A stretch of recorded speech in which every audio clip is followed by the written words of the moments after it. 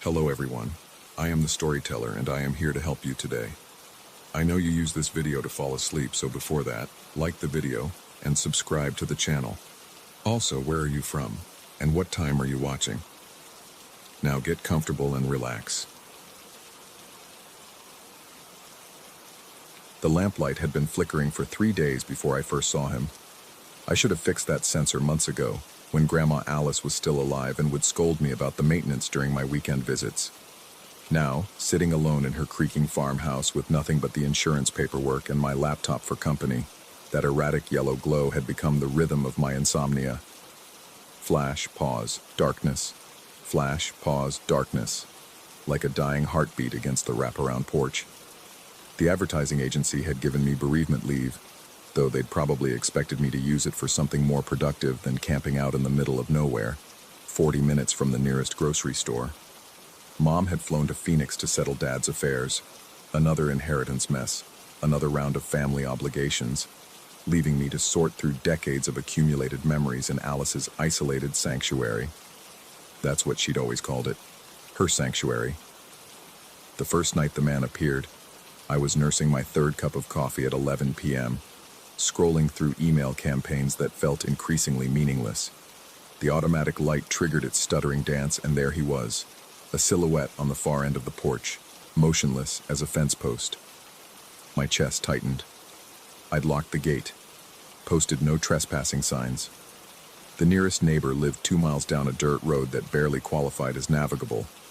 I grabbed the flashlight from the kitchen drawer and stepped outside, the screen doors spring groaning behind me. The November air cut through my thin sweater, sharp with the scent of decomposing leaves and distant wood smoke. "Hey," I called out, my voice smaller than intended. "Can I help you?" The figure didn't respond, didn't even acknowledge my presence.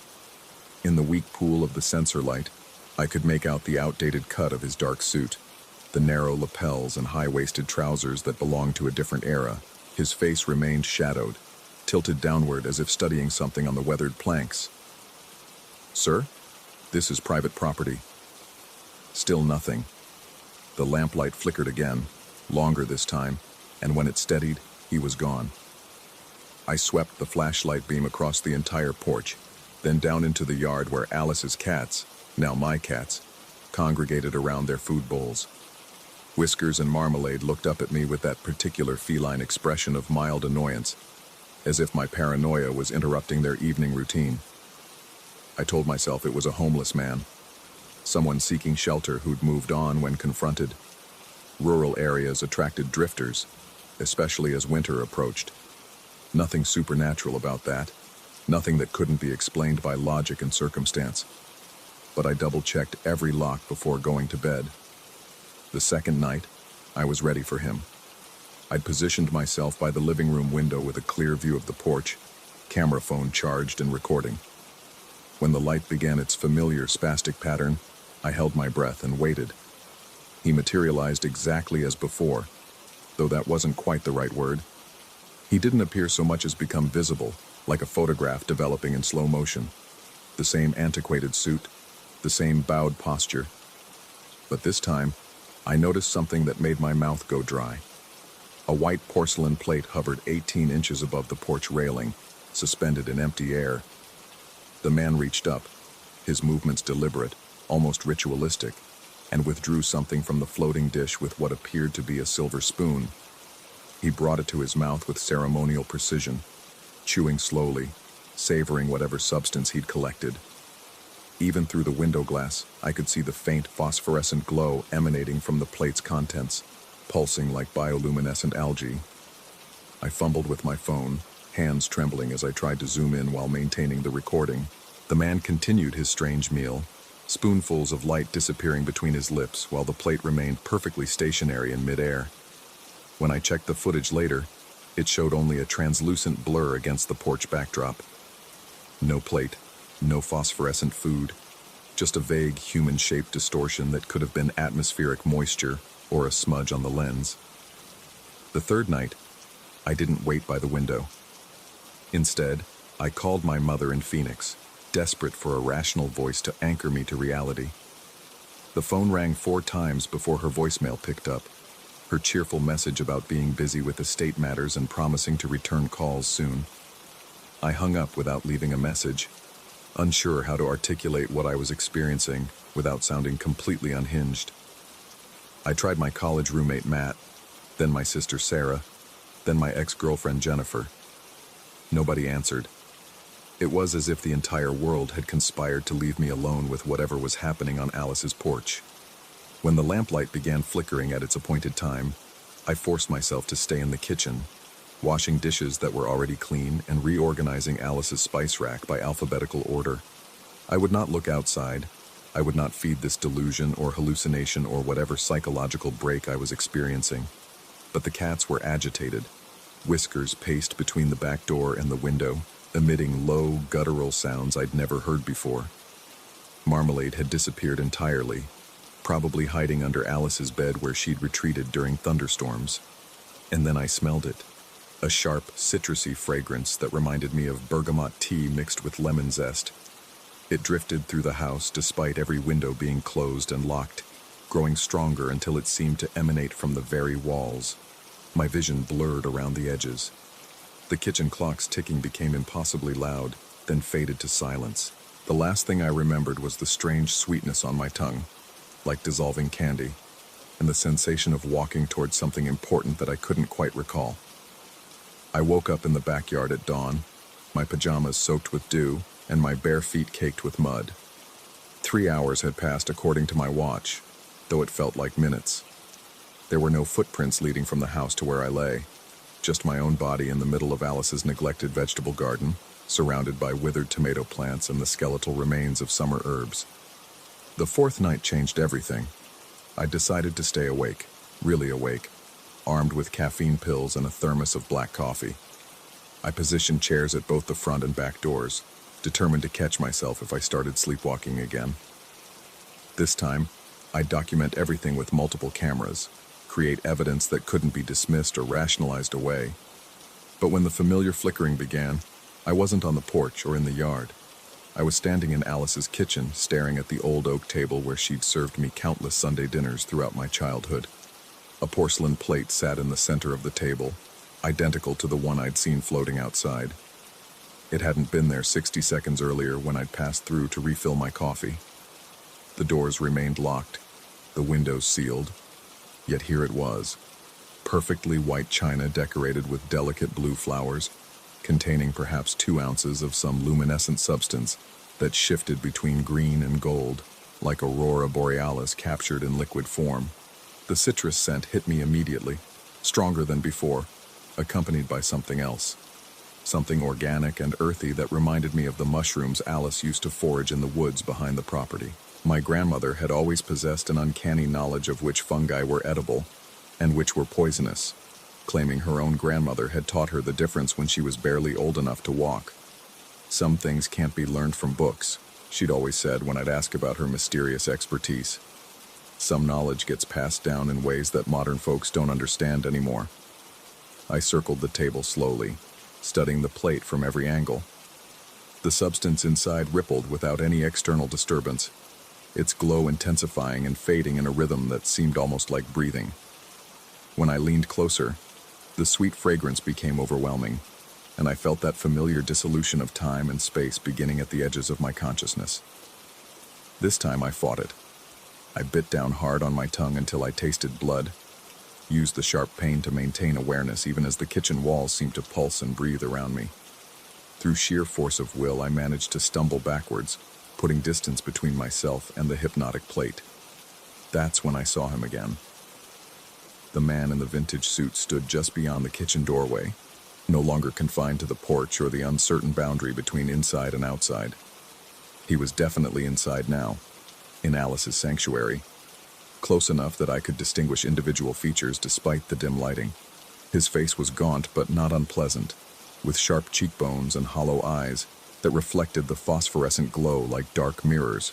His skin had the pale, waxy quality of old photographs, and when he smiled, which he did upon noticing my attention, I could see that his teeth were perfectly white but somehow wrong, as if they belonged to someone else entirely. He gestured toward the plate with one elegant, long-fingered hand. An invitation. An offering. I shook my head, backing toward the rear door while keeping my eyes fixed on his unnatural stillness.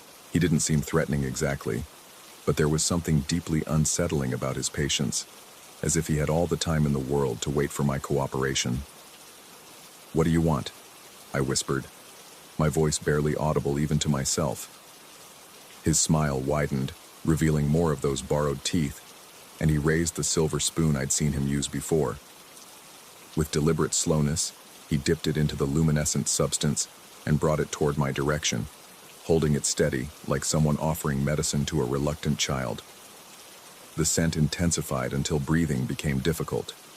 My vision began to fragment, splitting the kitchen into overlapping images like a broken kaleidoscope. I could feel myself starting to lose the battle against whatever narcotic effect the substance produced, my carefully maintained awareness slipping away despite my desperate attempts to stay grounded. Just before consciousness abandoned me completely, I noticed something that chilled me more than anything else I'd experienced. There were muddy footprints leading from the back door to where I stood, and they matched the size and tread pattern of my own bare feet. When I woke this time, I was sitting at the kitchen table with the empty plate before me, and the taste of citrus and earth still coating my tongue. According to the microwave clock, it was nearly noon. I'd lost almost 8 hours. The worst part wasn't the missing time or the lingering chemical sweetness in my mouth. The worst part was the growing certainty that this wasn't the first time I'd eaten from that plate. Maybe not even the second or third. How long had this been happening? How many nights had I awakened in the yard with no memory of going outside, assuming it was some stress-induced sleepwalking episode, rather than the aftermath of consuming an unknown psychoactive substance that appeared and disappeared from my grandmother's kitchen? I called Mom again, this time leaving a rambling voicemail about needing to know more about Alice's final weeks, about whether she'd mentioned anything unusual before her death. Had there been visitors? Strange occurrences? Any family history of mental illness that I should be aware of? She called back within an hour, her voice tight with concern as she asked if I was eating properly and getting enough sleep. According to her, Alice had been perfectly lucid until the end, though she'd mentioned something about keeping the old agreements in her final days.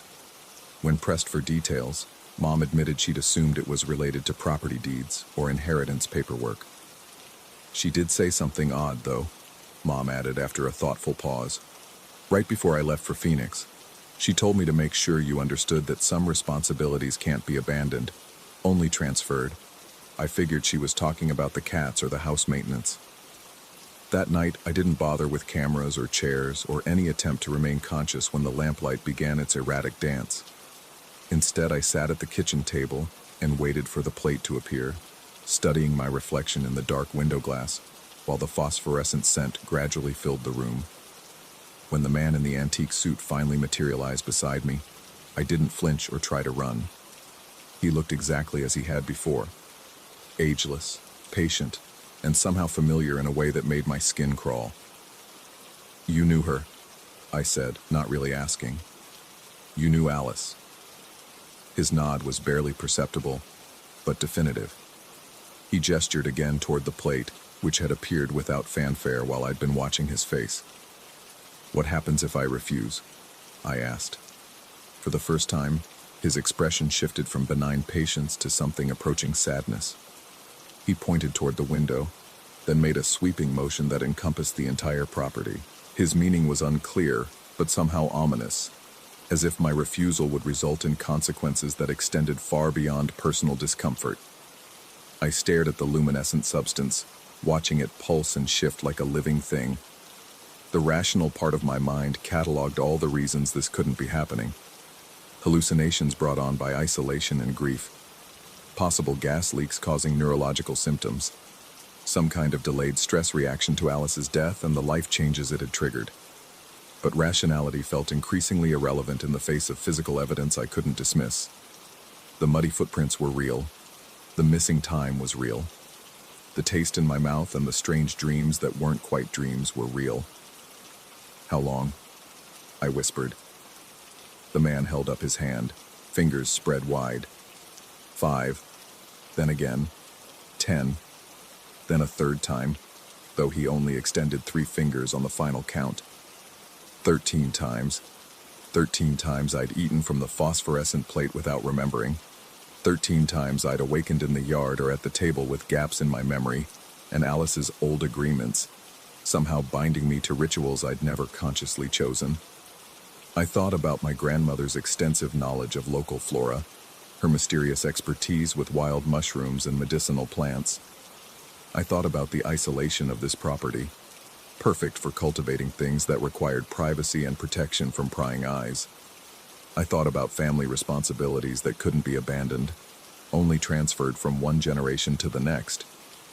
The man waited with infinite patience while I processed the implications of my inheritance. Not just a house and some cats, but something far more complex and binding. Something that required regular feeding, careful tending, and absolute secrecy. As I lifted the spoon toward my mouth, I wondered if Alice had ever sat at this same table during her final weeks, making the same calculated decision to accept, rather than resist whatever ancient compact she'd maintained for decades. Had she felt this same mixture of revulsion and resignation? This terrible understanding that some burdens were too dangerous to abandon? The phosphorescent substance tasted like starlight and soil, like promises made in languages I'd never learned but somehow understood. As consciousness began to fade around the edges, I caught a glimpse of my reflection in the kitchen window. A man in his 30s, alone in an inherited house, slowly becoming something his grandmother had been before him.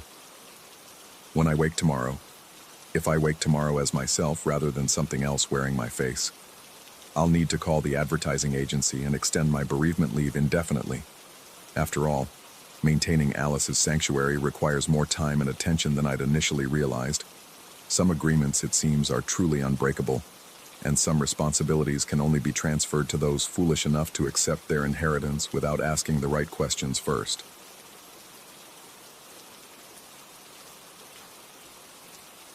Story 2.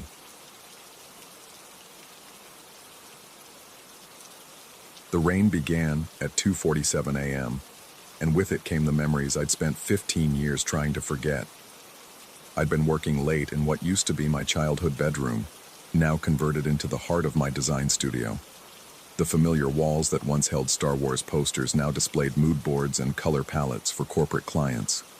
The transformation felt complete until tonight, when the past decided to announce its unwelcome return through the rhythmic drumming of water against the renovated windows. The first unusual thing was the silence between the thunder. Living alone in this house for 3 years had taught me its every creak and whisper, but tonight something felt muted, as if the very air had thickened around the building. I pushed back from my drafting table, stretching muscles that protested against another 16-hour workday, when the headlights first appeared. 2 perfect circles of amber light pierced through the rain-streaked glass of my studio window, stationary at the mouth of the driveway. Not unusual in itself. Neighbors sometimes used our wide entrance to turn around. But these lights didn't move. They simply waited, patient as a predator. I moved to the window, pressing my face against the cool glass. Through the distortion of raindrops, I could make out the familiar silhouette that made my breath catch in my throat. The boxy shape, the slightly rusted bumper, the way the passenger side sat just a fraction lower than the driver's side, details I'd memorized during countless family trips to soccer practice and grocery stores. The old beige minivan, Dad's minivan. Except Dad had been gone for 7 years now, and the van had been sold at the estate sale along with everything else I couldn't bear to keep.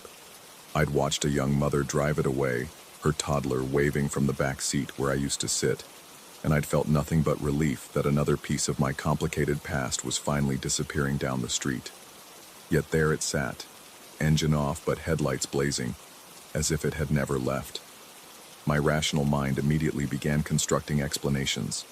Someone had bought the same model, same color. Someone was lost and using our driveway to check their phone.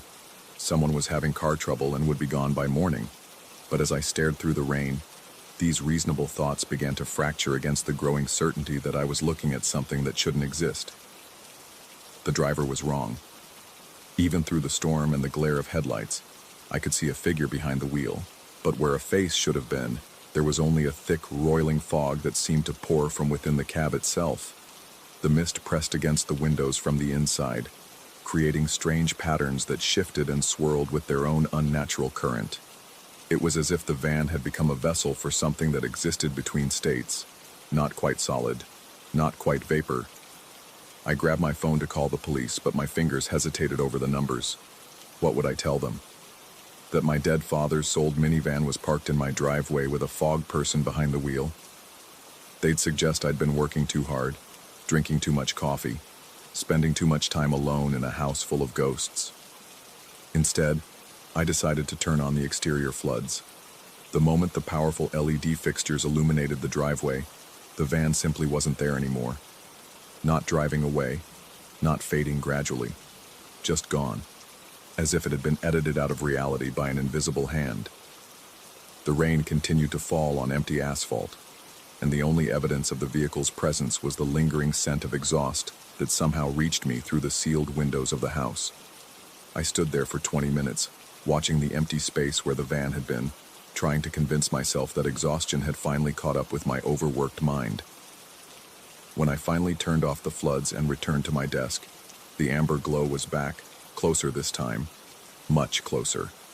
The van now sat just beyond the edge of the front yard, its headlights casting long shadows across the newly landscaped garden I'd installed last spring. The fog figure behind the wheel seemed denser now, more defined, though still impossibly indistinct. And for the first time, I noticed that despite the heavy rain, no water seemed to touch the vehicle's surface. Droplets passed through it as if it were made of concentrated moonlight. This time I didn't reach for the lights. Instead, I found myself moving through the house, drawn by a compulsion I couldn't name. My bare feet whispered across the hardwood floors as I made my way to the living room, where the large picture window offered an unobstructed view of the front lawn. The van had moved again. It now sat at the edge of the walkway leading to my front door, maybe 30 feet from where I stood. The headlights blazed directly through the living room window, casting everything in stark relief. My furniture became a landscape of hard shadows and silver highlights, transforming the familiar space into something alien and threatening. But it was what I saw in those shadows that made my breath catch. There, pressed against the glass from the outside, was the outline of a hand, not quite touching the surface, but close enough that I could see the individual fingers splayed wide as if seeking warmth. The hand was translucent, like the rest of the fog figure, but substantial enough to block the light in places, creating a negative space that was somehow more terrifying than a solid presence would have been. I forced myself to move closer to the window, even as every instinct screamed at me to run. The hand remained motionless as I approached, but I could feel something radiating from it, not heat or cold, but a kind of desperate hunger that made my skin crawl. When I was close enough to see my own reflection in the glass, the hand suddenly pressed forward, flattening against the window with a wet sound that shouldn't have been possible. The fog began to seep through the glass, not around the edges where weather stripping might have failed, but directly through the solid pane as if it were made of tissue paper.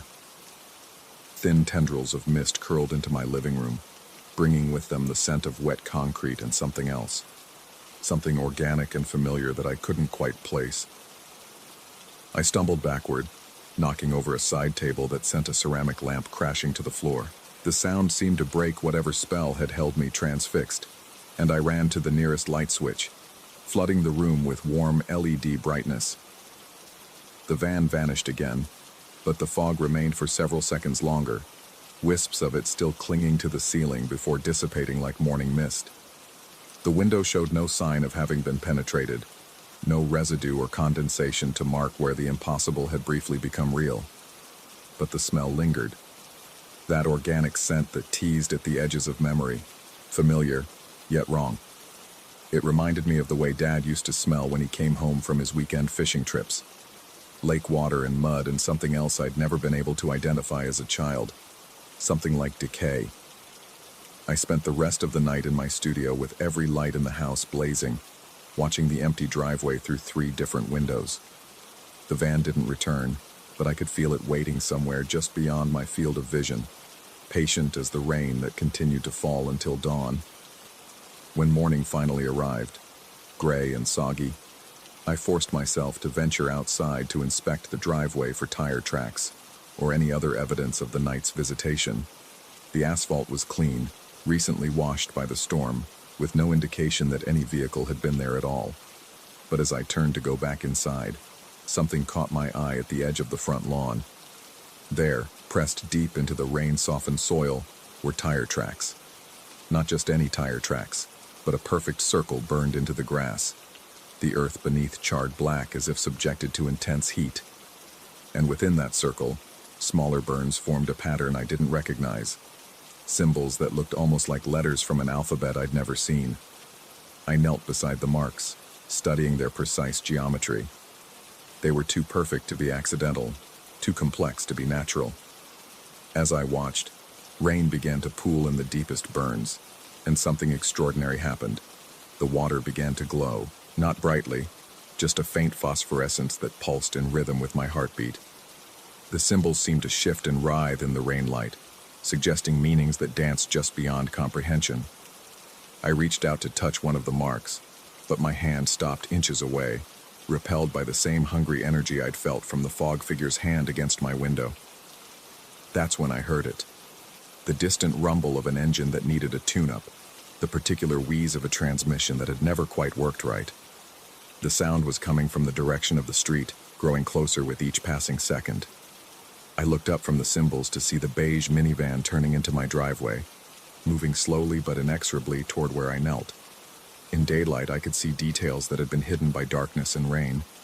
The van looked exactly as I remembered it, down to the small dent in the rear bumper from where Dad had backed into Mrs. Peterson's mailbox. But the windows were completely opaque, filled with the same roiling fog that had leaked into my house during the night. As it approached, I found myself unable to move, transfixed by the impossible sight of a vehicle that should have been gone, driven by something that shouldn't exist. The van came to a stop just a few feet away, engine still running, headlights dark in the gray morning light. For a long moment, nothing happened. Then slowly, the driver's side door began to open. The fog poured out like water from a broken dam, spreading across the ground with unnatural speed. It engulfed my feet first, then my legs, rising with each second until I was standing waist-deep in mist that felt neither warm nor cold, but somehow hungry. Through the swirling gray, I could see a shape emerging from the van.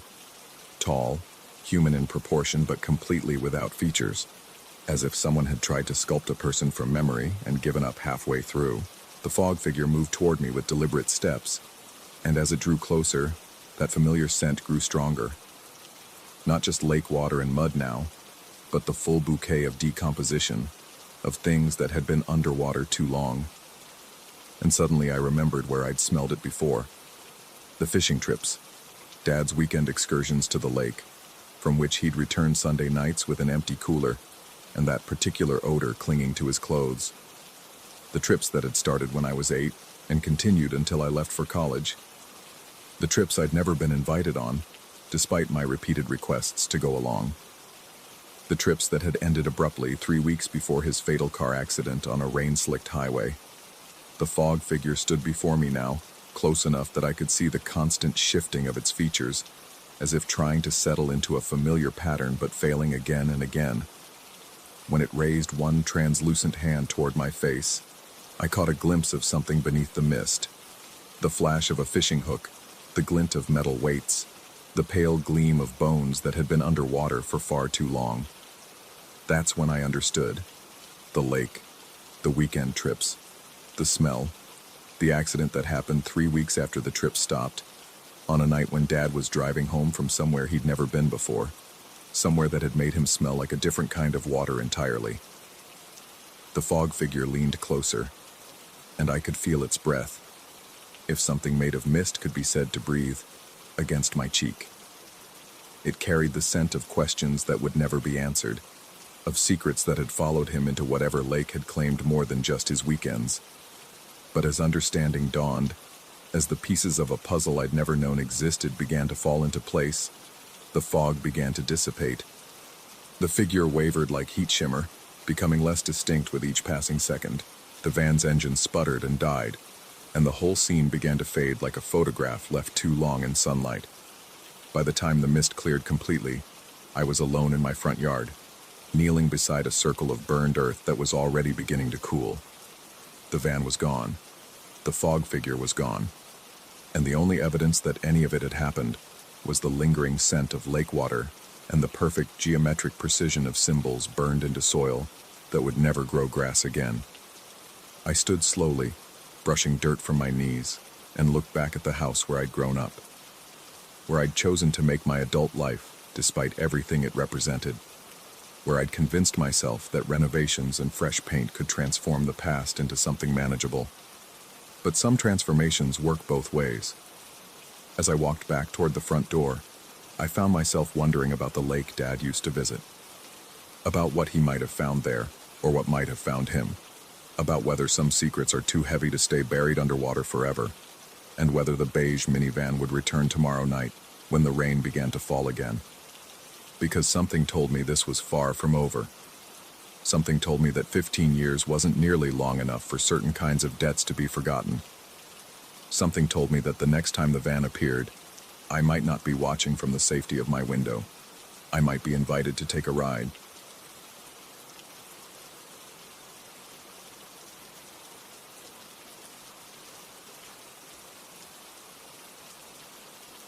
Story 3.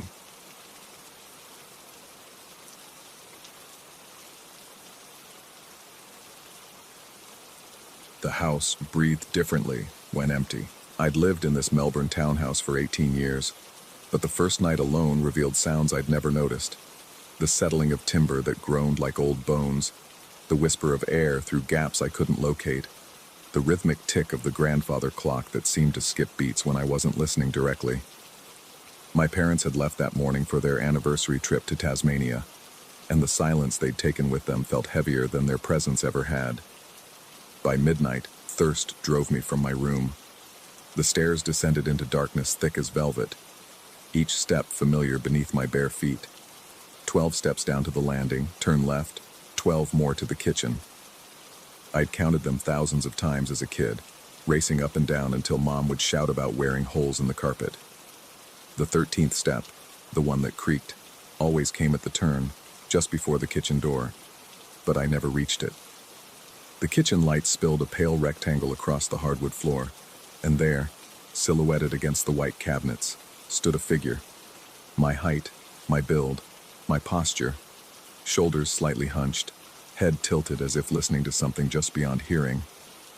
The figure faced away from me, perfectly still, edges soft and unfocused like a photograph taken with an unsteady hand. My foot found the 13th step. Creak. The head turned. Not the body, just the head, rotating with mechanical precision until it faced completely backward. No features were visible in the silhouette, just the suggestion of a face angled toward me with impossible geometry. The neck had twisted too far, farther than human anatomy allowed, yet the motion appeared effortless, natural. I blinked. The kitchen was empty. Light still blazed from the overhead fixture, casting sharp shadows that held no trace of the figure I'd seen. The refrigerator hummed its familiar tune. Water dripped from the faucet into the stainless steel sink, a sound that had annoyed Dad for months, but which he'd never gotten around to fixing. I stood on the 13th step for several minutes, studying every corner of the kitchen, waiting for movement that never came. The logical explanations lined up in my mind. Fatigue, stress from being alone, shadows playing tricks in peripheral vision. I'd been working late shifts at the warehouse all week, sleeping poorly, existing on coffee and convenience store sandwiches. But the image lingered with photographic clarity, that impossible rotation, the way the silhouette had listened to the creaking step as if it had been waiting for exactly that sound. I got my water and returned upstairs, avoiding the 13th step on the way up. Sleep came in fragments. Every time I closed my eyes, I heard footsteps ascending the stairs, measured, deliberate, pausing at the 13th step before continuing upward. Each time I jerked awake and held my breath, listening to the house's nocturnal symphony, but the footsteps never reached my door. The second night brought variations. This time I descended quietly, avoiding the creaking step entirely by stepping over it. The kitchen was dark, Empty. Normal. I flicked on the light and moved to the refrigerator, but peripheral vision caught movement in the hallway beyond. A shadow passing across the far wall. Too quick to follow directly, but unmistakably human in shape. I called out, voice cracking slightly. Hello? The house swallowed my words without echo. I explored every room on the ground floor, turning on lights, checking windows and doors. Everything was locked, untouched, exactly as I'd left it. The alarm system showed no breaches, yet the sensation of being observed never lifted. A weight pressing between my shoulder blades like invisible eyes tracking my movement. When I finally returned upstairs, I heard the footsteps again, starting from the kitchen, climbing with patient rhythm. I counted along. 1, 2, 3, 11, 12. Creak. Silence. I lay rigid in my bed, covers pulled to my chin like a child, waiting for the footsteps to resume. They never did. Whatever climbed those stairs always stopped at the 13th step, as if that creaking sound marked some boundary between its world and mine. By the fourth night, exhaustion had sharpened the edges of everything.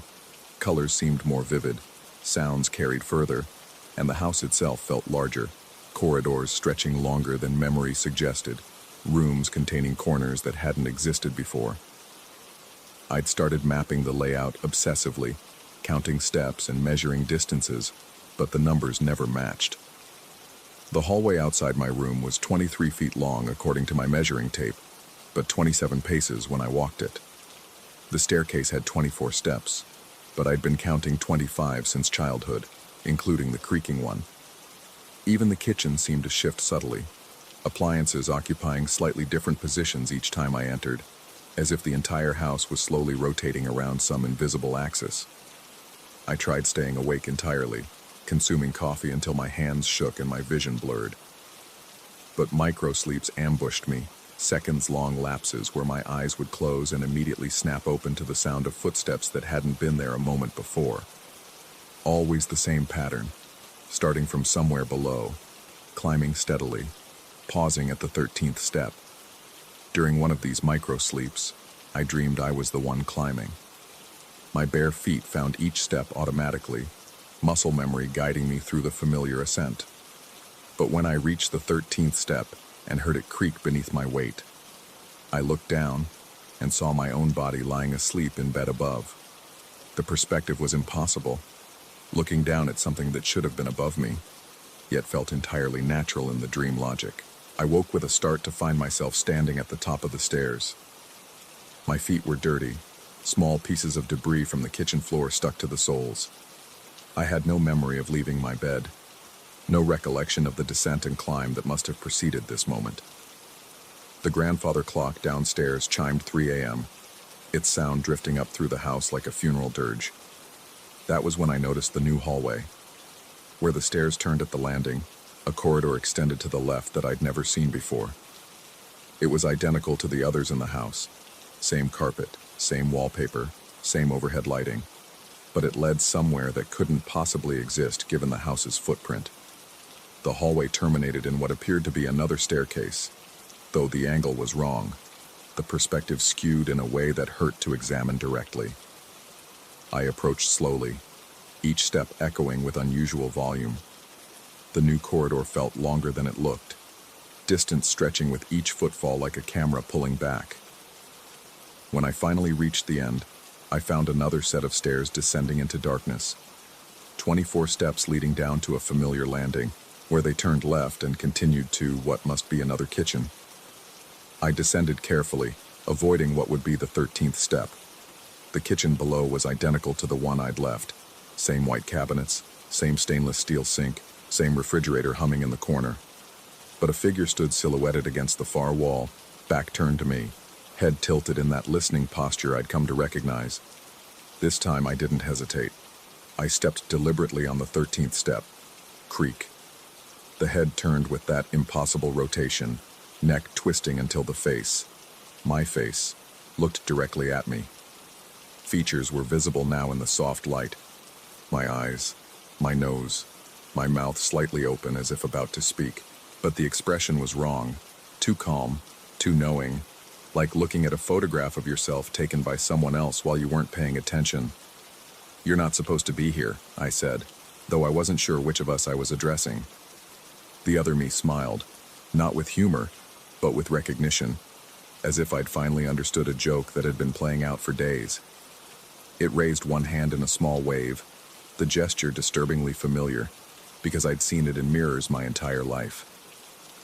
I blinked, and the kitchen was empty again. But when I turned to leave, I found the stairs had changed. Instead of 24 steps leading up, there were now 25, including a new 13th step that creaked as I climbed. Above, the hallway extended in 3 directions instead of 2, each corridor identical, each terminating in another set of stairs that descended to another kitchen, where another version of myself waited with infinite patience. I tried to map the new layout, but the house had become a maze of recursive architecture, each path leading back to the same creaking step, the same patient figure, the same impossible rotation of my own head.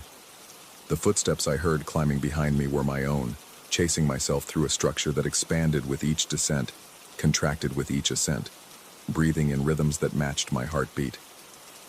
Sometimes I encountered myself coming up the stairs as I descended, and we would pass without acknowledgement, like strangers in a crowd. Other times I would reach the kitchen to find multiple silhouettes standing at various angles, all turning their heads in unison when the 13th step announced my arrival. The grandfather clock chimed constantly now, every hour, every half hour, sometimes every few minutes, though the times it announced bore no relationship to the position of its hands. Day and night had lost meaning in the windowless corridors that led only to more corridors, more stairs, more versions of the same kitchen where variations of myself waited with decreasing patience. I stopped trying to find my original bedroom, stopped counting steps or measuring distances. The house had become infinite, a recursive loop of staircases and kitchens and silhouettes that all wore my face. Each time I climbed toward what should have been home, I found instead another unfamiliar hallway that led to another familiar staircase. But I kept climbing, because somewhere in this expanding maze was my real body, lying asleep in my real bed, dreaming of footsteps that climbed toward him with patient persistence. And somewhere else was the real kitchen, the real 13th step, the real silence that my parents had left behind when they departed for Tasmania. I just had to keep climbing until I found the staircase that led up instead of down, the hallway that ended in a door instead of more stairs, the kitchen that contained no silhouettes except the ones cast by furniture in honest light. The 13th step creaked beneath my feet as I began another ascent, following the sound of my own footsteps climbing somewhere above, always one staircase ahead, always leading me home through a house that had forgotten how to end. Behind me, I heard myself beginning the descent again, stepping carefully to avoid the creaking step, just as I had that first night when thirst had driven me from sleep into this recursive dream of staircases and shadows. The grandfather clock chimed 13 times. I kept climbing. Story 4. The house settled into its evening silence with the peculiar weight of a place that isn't quite home. My cousin's ranch-style dwelling had always felt too spacious for comfort, its long hallways stretching into shadows that seemed deeper than they should be. The 3 of us, Marcus, Pete, and myself, had agreed to house-sit while Danny was in Portland, thinking it would be a week of uninterrupted gaming and takeout. The perfect setup for avoiding responsibility. That illusion shattered at 3:17 Tuesday afternoon when the doorbell rang twice in quick succession, followed by a heavy knock that seemed to reverberate through more than just the wooden door. Marcus paused his game, controller frozen mid-combo. "You expecting someone?" I wasn't. Danny hadn't mentioned any service appointments, and the isolation of the house, nestled between overgrown lots on the outskirts of town, meant unexpected visitors were rare. Through the peephole, I observed 2 men in matching gray uniforms standing with unnatural stillness. Their posture suggested official business, but something in their positioning felt rehearsed, like actors who'd memorized their blocking but not the emotion behind it. The taller one spoke when I cracked the door, his voice carrying an odd resonance that seemed to come from somewhere deeper than his throat. He introduced himself and his companion as municipal technicians, here to inspect what he called ethereal pressure fluctuations in the water main. The phrase hung in the air like smoke, dissipating slowly while leaving an acrid aftertaste of wrongness. Pete wandered over, drawn by curiosity and the need to stretch after hours hunched over his laptop. His programmer's mind immediately latched onto the terminology. Ethereal pressure? That's not standard municipal jargon. The second technician, broader and somehow softer around the edges, produced a clipboard thick with official-looking documents. The papers fluttered slightly despite the absence of any breeze, and I found myself focusing on that movement rather than the words he was speaking about system integrity and pressure readings that needed immediate attention. Their eyes were wrong. Not obviously so. They had the right color, the right shape, the right placement. But they tracked movement with a delay, as if processing visual information through some intermediary system. When they looked directly at us, it felt less like being seen and more like being measured. We declined their entry. The decision felt instinctive, driven by some primal warning system that bypassed rational thought. The tall technician's smile stretched slightly wider than it should have, revealing teeth that seemed perfectly straight, perfectly white, and perfectly uniform in a way that suggested careful construction rather than natural development. They departed without argument, walking with synchronized steps back to their unmarked van. Through the window, I watched them drive away, but the wrongness they'd brought lingered like the smell of ozone after a lightning strike. The afternoon dissolved into evening with the artificial acceleration that comes from trying to distract yourself from nagging anxiety. We ordered pizza, played another round of our campaign, and made jokes about municipal workers and their mysterious terminology. But underneath the forced normalcy, something had shifted. The house felt different. Not invaded exactly, but somehow observed. The shadows gathered with more intent, and the familiar sounds of settling wood took on an anticipatory quality. Marcus noticed it first during his trip to the bathroom around 10:30. His voice carried a note of confusion when he called out that the water pressure seemed strange, stronger than usual, but somehow inconsistent. By the time Pete and I joined him, the bathroom faucet was producing a steady stream that looked normal but sounded wrong, less like water moving through pipes, and more like liquid being drawn through something organic. The sound followed us through the house, a subtle gurgling that seemed to originate from within the walls themselves, as if the plumbing had developed a circulatory system. We checked every faucet, every toilet, every connection we could access. The water ran clear and cold, exactly as it should have. But the sound persisted, a wet, rhythmic pulsing that synchronized disturbingly with our own heartbeats. Midnight approached with the inexorable certainty of a tide. We'd retreated to the living room, ostensibly to continue gaming, but our attention kept drifting to the sounds emerging from the kitchen. The main water line ran directly beneath that room, and whatever was moving through it had grown more active as the evening progressed. The kitchen taps activated themselves at 11:58, not all at once, but in sequence. First the main faucet, then the sprayer attachment, finally the filtered water dispenser. Each began with a soft click, followed by the rush of liquid that reflected light in ways that seemed somehow thicker than water should manage. The stream from the main tap carried an oily darkness that swirled without dispersing, creating patterns that suggested movement beyond simple fluid dynamics. Pete approached first, his scientific curiosity overriding his caution.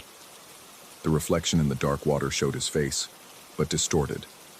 Features rearranged in subtle ways that transformed the familiar into something unsettling. His eyes appeared wider, positioned slightly too far apart. His mouth curved in an expression he wasn't making.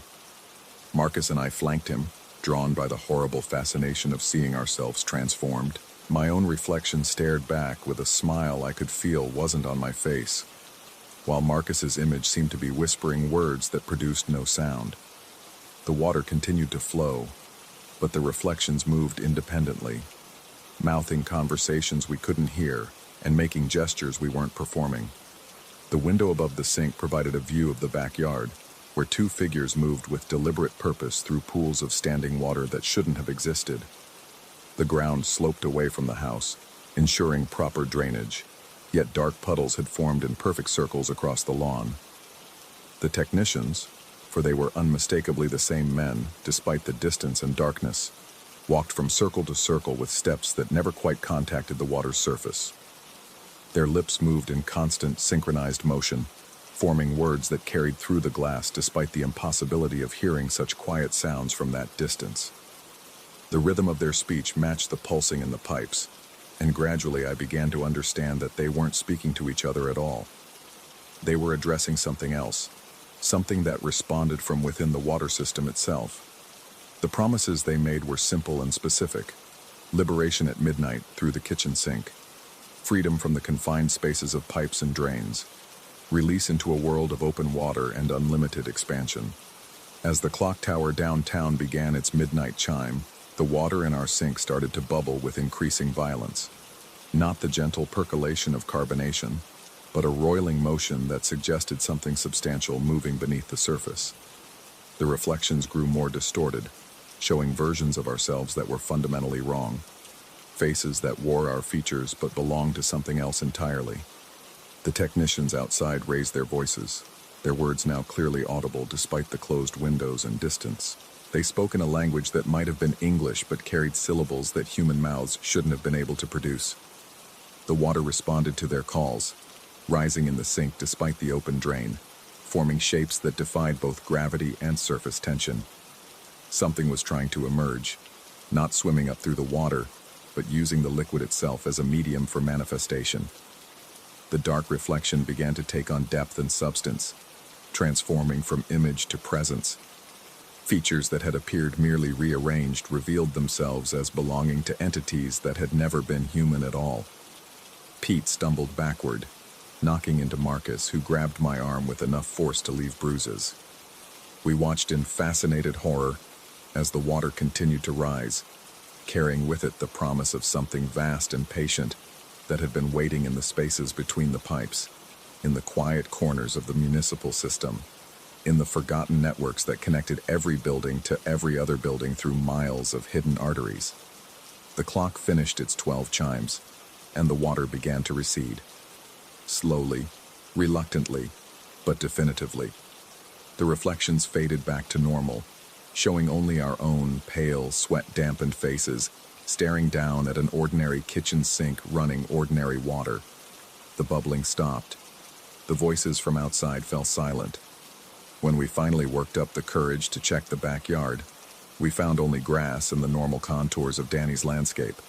No puddles, no figures, no evidence that anything unusual had occurred beyond our own elevated heart rates and the lingering certainty that we'd witnessed something that shouldn't have been possible. But in the morning, when Pete tried to brush his teeth, the bathroom mirror showed his reflection arriving 3 seconds after he'd moved away from it, and Marcus discovered that his voice echoed strangely in the shower, as if the sound was being filtered through something that had learned to imitate human acoustics, but hadn't quite perfected the process. As for myself, I found that I no longer trusted my own reflection. Not because it showed me someone else, but because I'd begun to suspect that the person looking back might be more real than the one casting the image. The water still ran clear and cold from every tap in the house, but it carried with it the persistent sense that something had been introduced into the system. Not a contaminant that could be filtered out, but a presence that had become permanently integrated into the infrastructure itself. Danny returned from Portland 3 days early, citing a business deal that had concluded more quickly than expected. We didn't mention the technicians or the midnight visitation or the continuing strangeness of the water system. How could we explain that his house had become a conduit for something that existed in the spaces between conventional reality? How could we describe the growing certainty that whatever had tried to emerge through his kitchen sink had succeeded in establishing some form of permanent residency? Instead, we packed our things and left with expressions of gratitude for a week well spent. But I noticed that Danny's reflection in the hallway mirror seemed slightly more animated than Danny himself, and when he turned on the kitchen tap to rinse his coffee mug, the water ran just a fraction darker than it should have. I still live in town, 3 miles from my cousin's house, and I've developed the habit of checking my own plumbing with obsessive regularity. The municipal water system connects every building after all, and what inhabits one part of the network might eventually find its way into every other part. Sometimes, late at night when the pressure drops and the pipes sing their quiet songs, I think I can hear voices in the water, promising liberation through any available outlet. And sometimes, when I catch my reflection at just the right angle, I see something that looks back with recognition, as if remembering our brief introduction through a kitchen sink at midnight. It waves with fingers that move independently of my own, and its smile suggests that our acquaintance is far from over. The technicians haven't returned to Danny's house, but that doesn't mean they've stopped working. After all, there are thousands of homes in the municipal system, and something patient enough to inhabit water pipes might very well have all the time in the world to complete its inspections. The ethereal pressure, it seems, requires constant monitoring.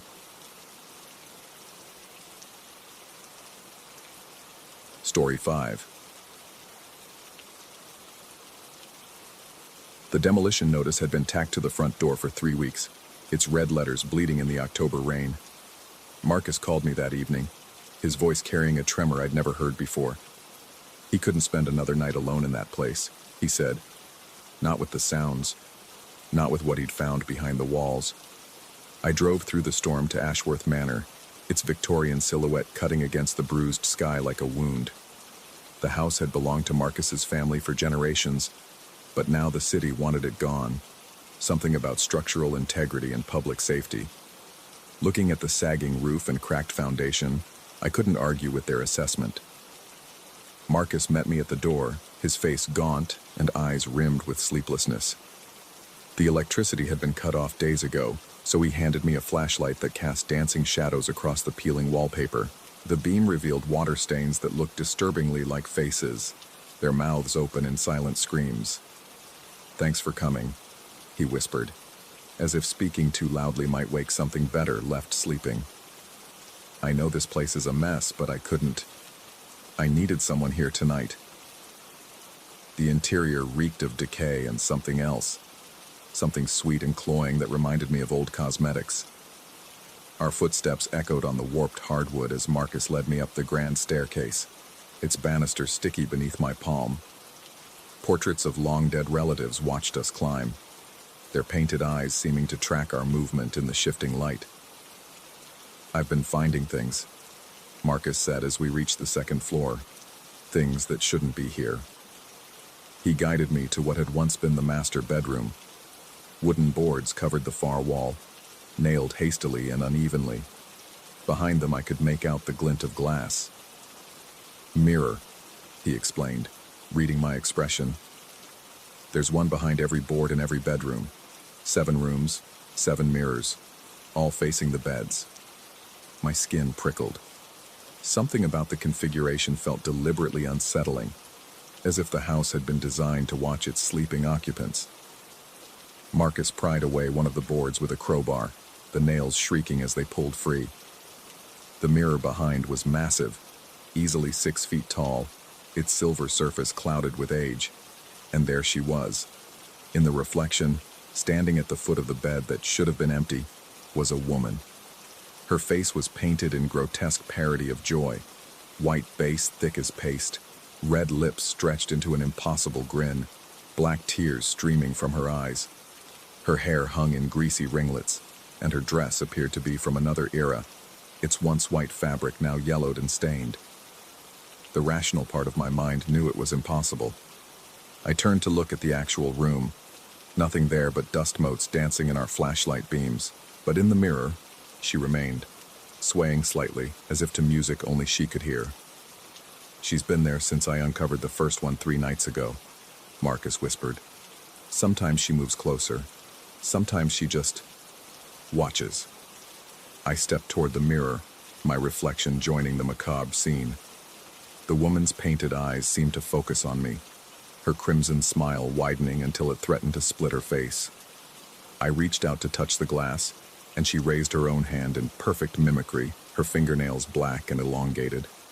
The moment our reflections would have touched, Marcus grabbed my arm. "Don't," he said urgently. I tried that once. The glass got so cold it burned my fingers, and I swear I felt Pressure, like she was pushing back. We backed away from the mirror, but I couldn't shake the sensation of being watched. The woman's reflection didn't follow our movement the way it should have. Instead, she remained fixed in place, her head slowly turning to keep us in view. Marcus produced another board and hammer, quickly covering the mirror again. The moment the glass disappeared from view, we heard it. 3 deliberate knocks from somewhere inside the wall, followed by a sound that made my blood freeze. Laughter, muffled and distorted, but undeniably female, bubbling up from behind the plaster like water from a broken pipe. "Every time," Marcus said, his face pale in the flashlight's glow. "Every single time I cover one, she lets me know she's still there." We moved to the next room, where Marcus revealed another mirror. The same woman appeared, though her position had changed. Now she sat on the edge of the bed, her hands folded in her lap like a patient child. Her makeup seemed fresher somehow, the colors more vivid, as if she'd just applied them. Room by room, we toured Marcus's discovery. In each mirror, the painted woman manifested in different poses, standing by the window, lying across the bed, sitting in a corner with her knees drawn up, but always watching, always smiling that terrible smile. By the time we finished our circuit, exhaustion weighed on us like a physical thing. Marcus had set up sleeping bags in the parlor downstairs, far from any mirrors we knew about. We settled in for the night, though sleep seemed as distant as dawn. I lay there listening to the house breathe around us, the settling of old wood, the whisper of wind through broken shingles, the occasional scurry of some small creature in the walls. But underneath it all was something else, a rhythm that might have been footsteps pacing the floors above us. Marcus's breathing had deepened into the cadence of sleep when I smelled it, that sweet chemical scent growing stronger. It reminded me of grease paint and powder, the backstage atmosphere of old theaters. My eyes watered as the odor intensified, and I sat up to find its source. The parlor mirror, which I hadn't noticed before, hung across from us above the fireplace. In its reflection, our sleeping forms were clearly visible, but there was something wrong with the image. A third figure lay between us, curled on her side with one pale hand resting on Marcus's shoulder. I scrambled for my flashlight, its beam revealing only our 2 sleeping bags with empty space between them. But the mirror told a different story. The woman was there, her makeup smeared now as if she'd been crying, her white dress spread around her like spilled milk. She turned to look at me through the glass, and her mouth opened in what might have been words, or might have been another laugh. I shook Marcus awake, pointing at the mirror. He looked where I indicated, then back at me with confusion. "I don't see anything," he said. "Just us." But I could see her clearly, watching us with those black-rimmed eyes. She raised one finger to her lips in a gesture of silence, then began to mouth words I couldn't understand. Her hands moved in deliberate patterns, as if she were painting invisible pictures in the air. "Marcus," I whispered urgently, "look again. She's right there, between us." He followed my gaze once more, studying the mirror intently. For a moment, his expression remained blank. Then his face went rigid with fear. "Oh God," he breathed. She's moving." In the reflection, the woman had begun to sit up, her movements fluid and wrong, like a marionette operated by a drunk puppeteer. She turned her head toward Marcus with a series of small, jerky motions, and her smile stretched even wider. We both lurched away from the mirror, but the damage was done. The sweet smell had grown overwhelming, coating the inside of my mouth with its cloying residue.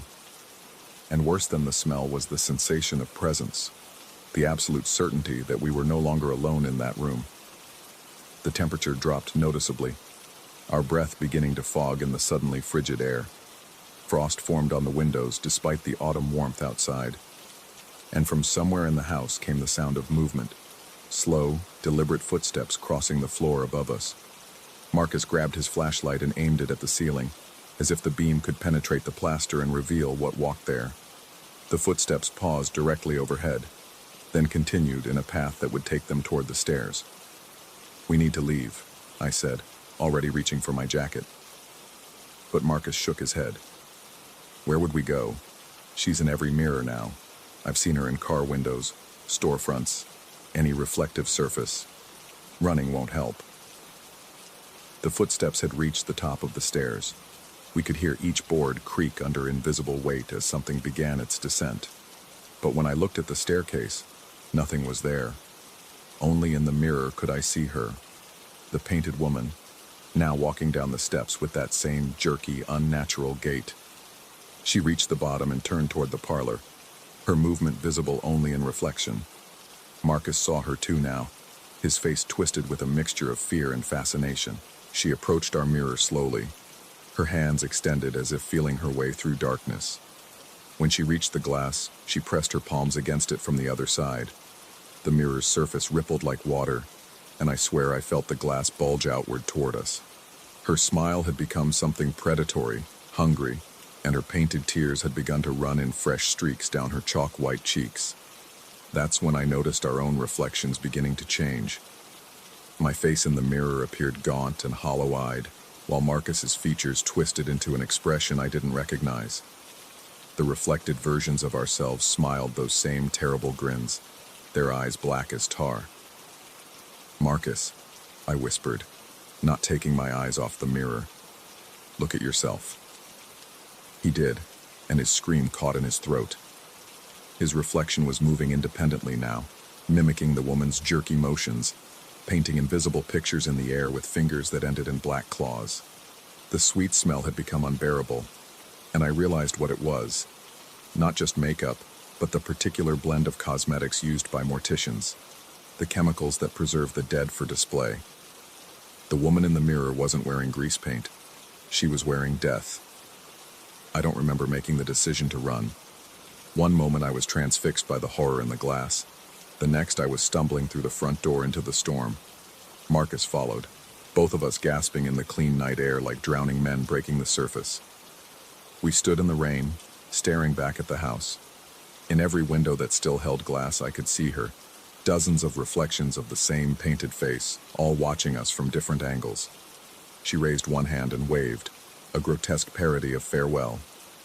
Dawn came eventually, pale and gray through the storm clouds. When the sun finally broke through, the reflections disappeared. The house looked ordinary again, just another old building scheduled for demolition.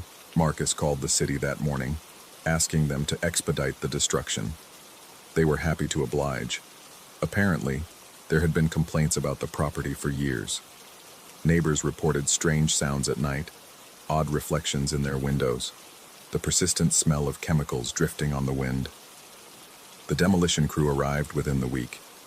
I watched from a safe distance as they brought down Ashworth Manor, room by room, wall by wall. When they reached the second-floor bedrooms, several of the workers commented on the mirrors they found. 7 massive antique pieces, all facing the beds. The mirrors were intact despite decades of neglect, their silver surfaces bright as new. The foreman decided to save them, thinking they might be valuable antiques. They loaded all 7 into a truck bound for an estate sale downtown. That night, I woke to the sound of 3 knocks on my bedroom wall. In my mirror across the room, a familiar figure stood at the foot of my bed, her painted smile wider than ever. She raised one finger to her lips, then began to laugh, that same muffled bubbling sound I'd heard in Ashworth Manor. I don't sleep in that room anymore. I've covered every mirror in my house with sheets and boards, but still I hear her sometimes, walking through the walls, leaving the sweet smell of chemicals in her wake. And sometimes, in windows and puddles and the polished surfaces of appliances, I catch glimpses of that horrible white face. Marcus has disappeared. His apartment is empty, his phone disconnected.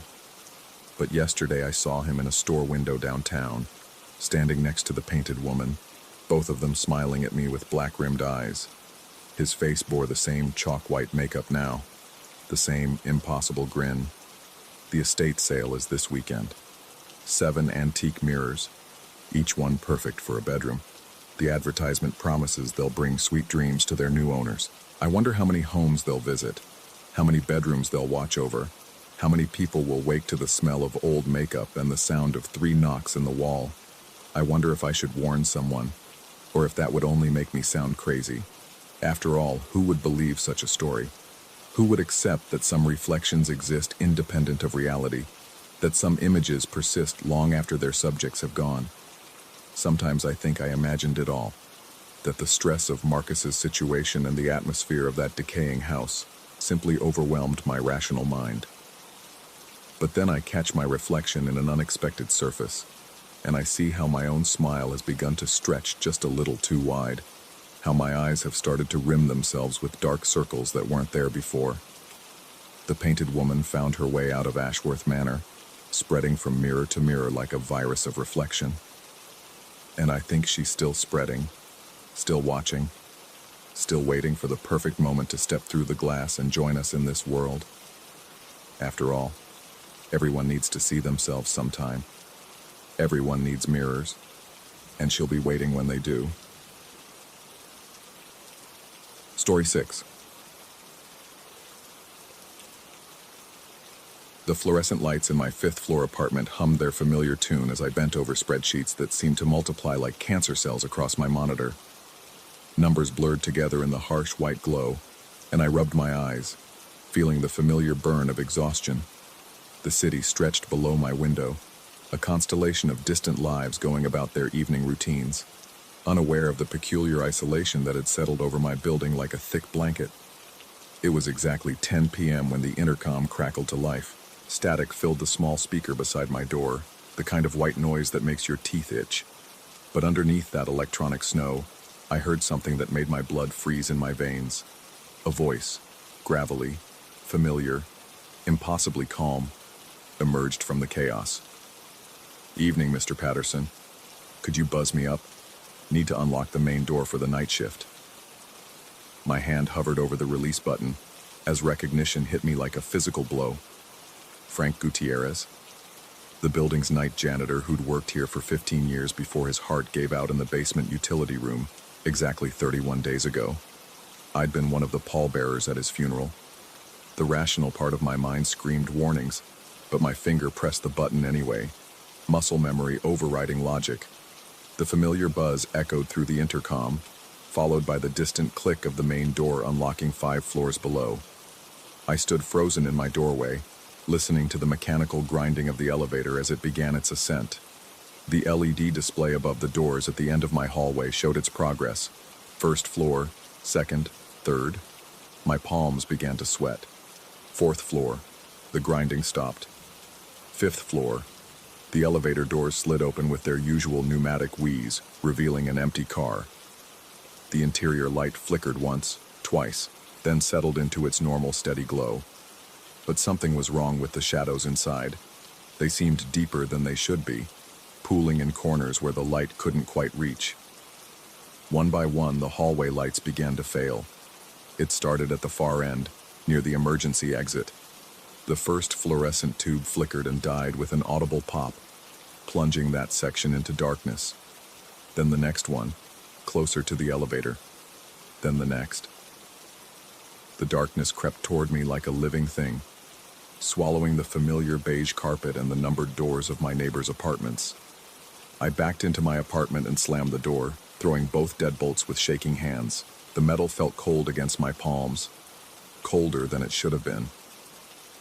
Outside, the final hallway light died, and I was left listening to my own ragged breathing in the sudden silence.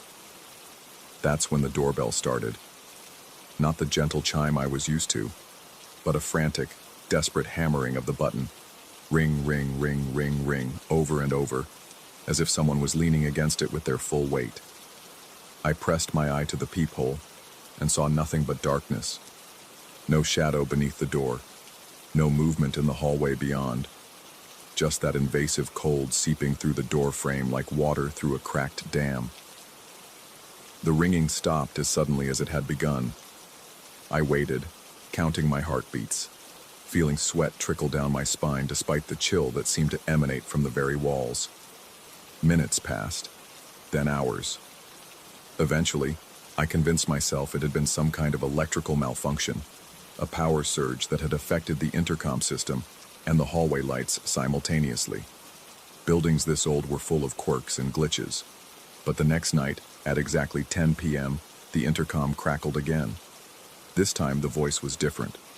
Softer, with a slight southern accent that made my chest tighten with recognition. "Honey? It's Mom. I'm downstairs, but I can't seem to get in. Could you help me out?" My mother had been dead for 3 years. Lung cancer, quick and merciless. She'd never visited this building, never even seen my apartment.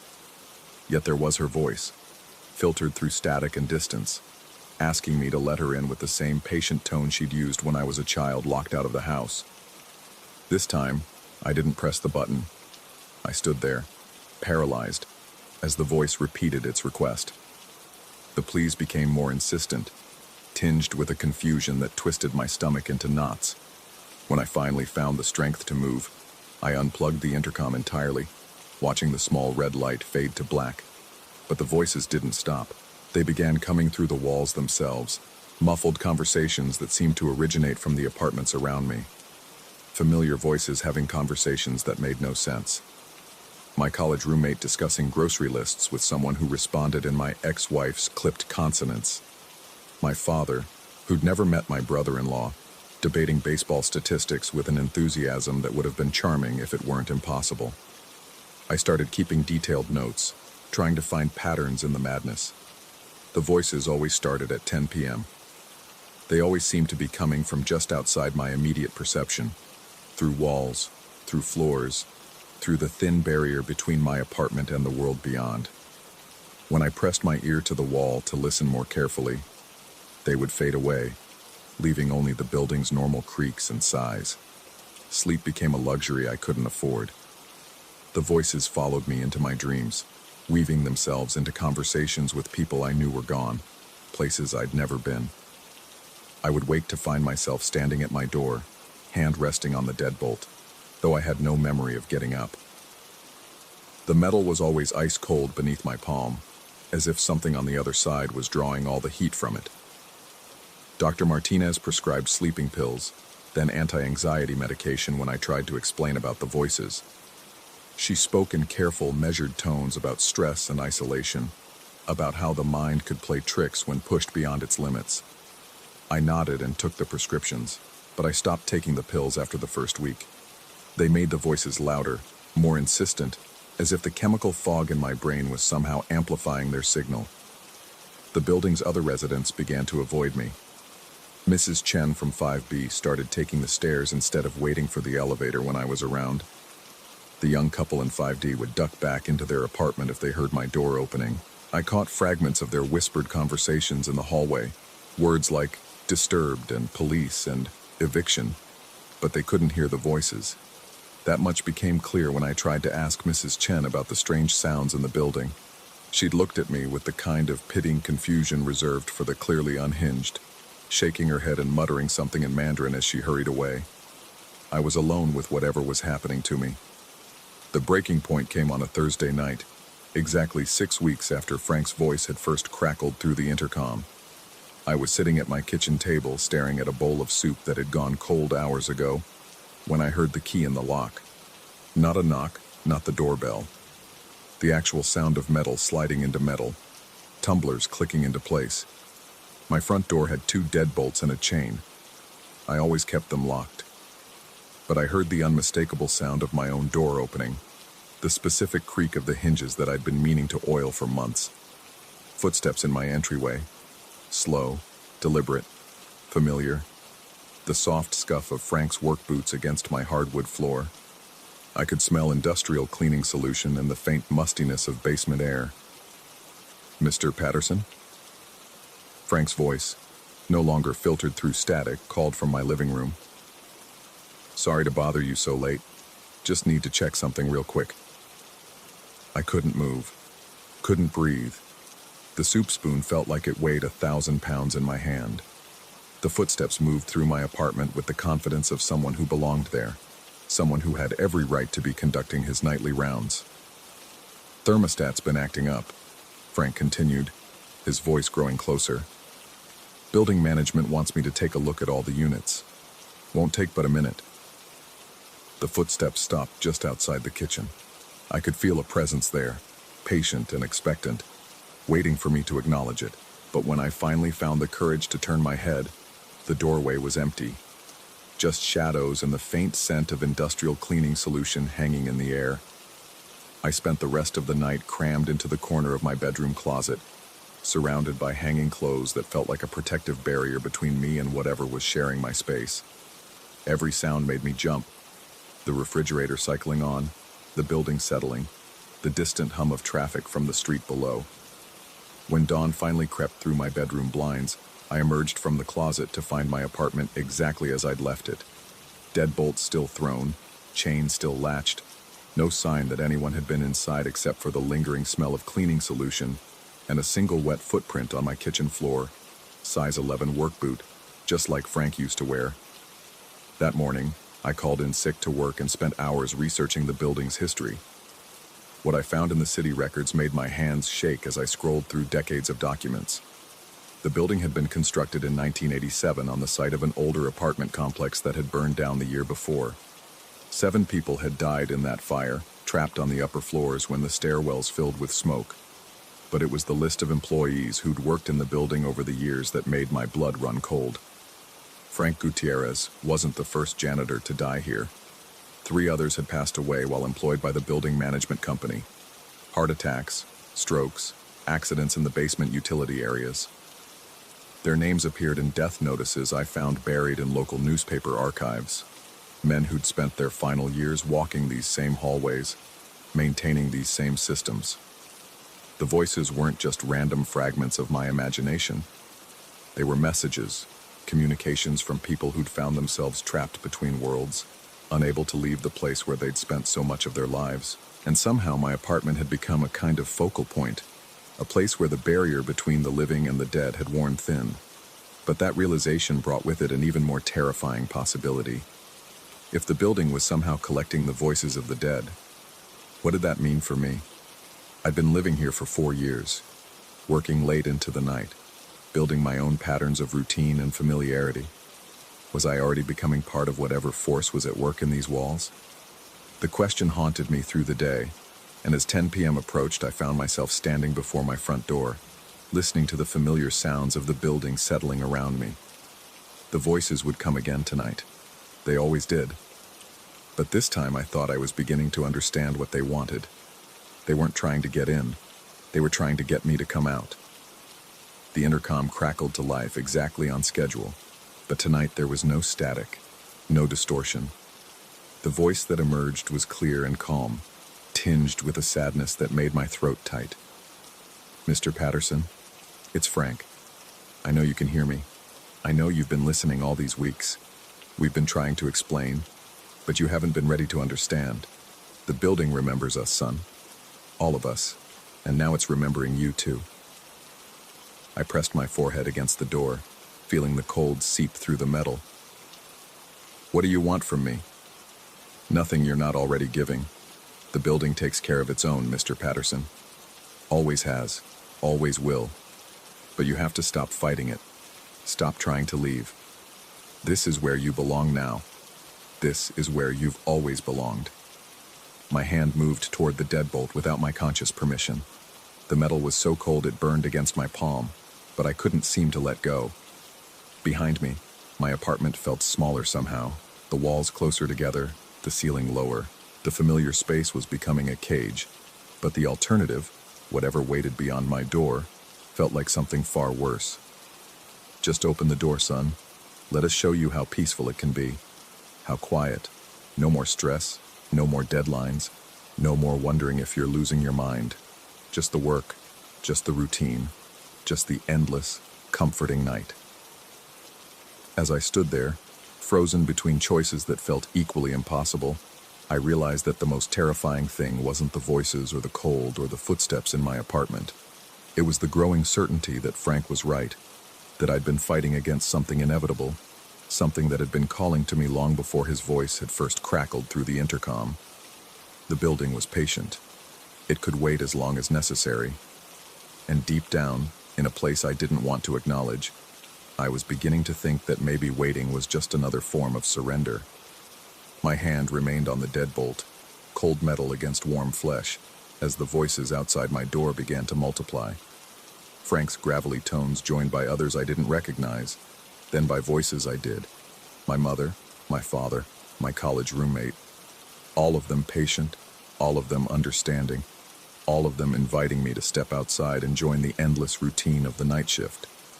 I closed my eyes and listened to their gentle persuasion, feeling the building settle around me like a living thing, feeling my own resistance begin to crumble like old mortar.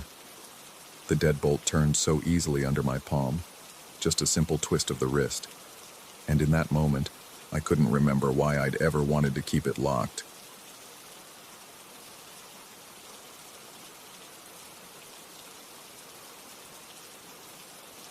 Story 7.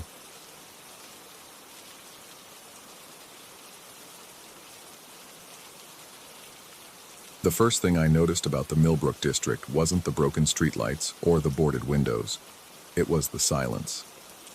Not the peaceful quiet of suburbia, but something heavier, like the air itself had given up.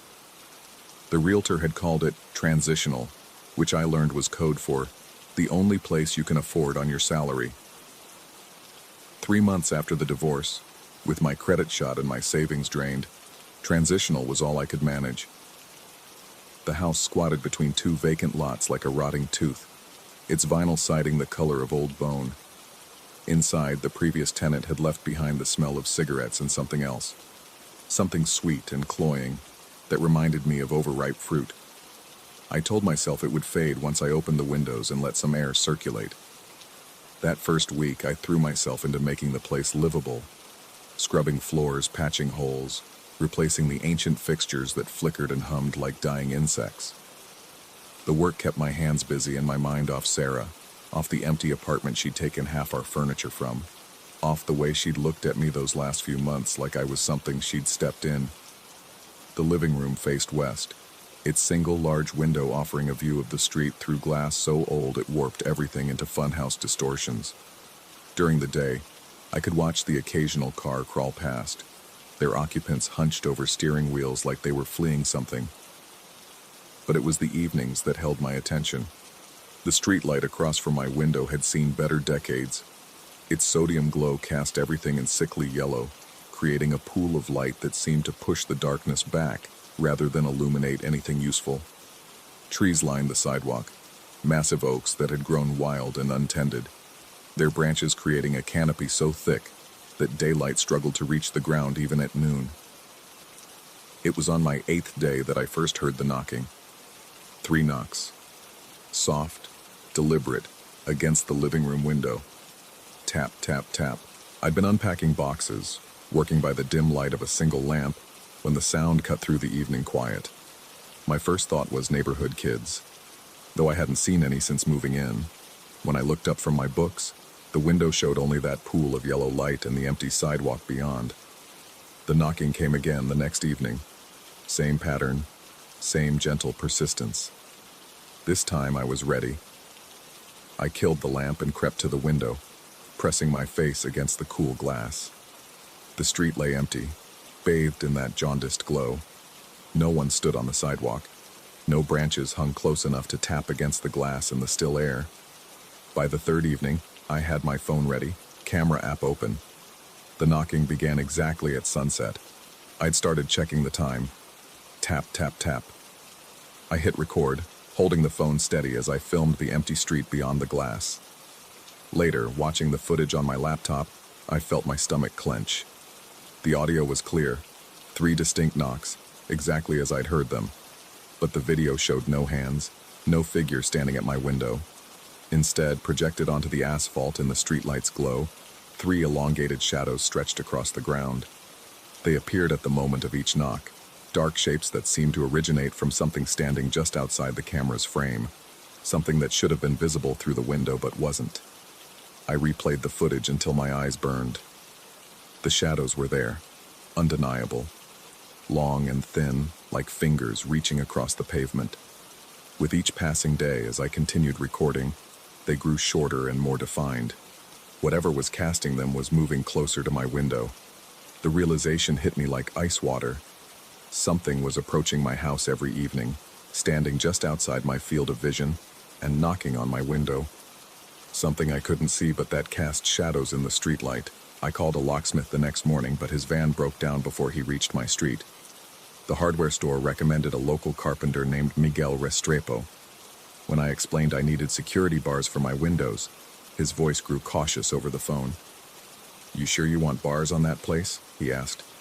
"Sometimes it's better to have a way out." But I insisted, and he agreed to come by the following Tuesday. Miguel arrived in a dented pickup truck loaded with metal bars and tools that looked older than the house.